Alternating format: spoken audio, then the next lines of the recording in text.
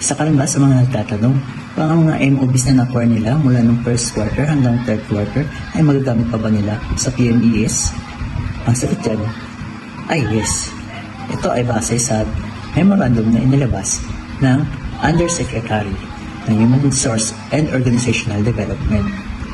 Okay. Nasabi dito na ang effectivity ng guidelines ng PMES ay masisimula sa fourth quarter ng school year 2024-2025. Pero nakadepende yan sa indicators ng ating PMES. Alalahanin natin na ang indicators na hinahati sa dalawa.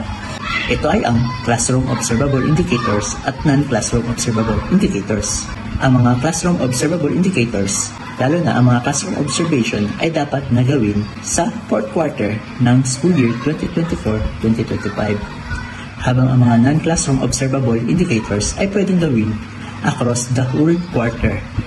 Ibig sabihin, pwedeng sa first quarter, second quarter, third quarter, at fourth quarter. Kaya kung ikaw ay mayroon ng mga MOBs noong first quarter hanggang third quarter, ay pwede mo itong magamit. Tandaan lang na ang COIs o Classroom Observable Indicators ay para sa fourth quarter, habang ang mga non-classroom observable indicators ay across all quarters, mula first quarter hanggang fourth quarter. Sana'y natulungan ko kayo.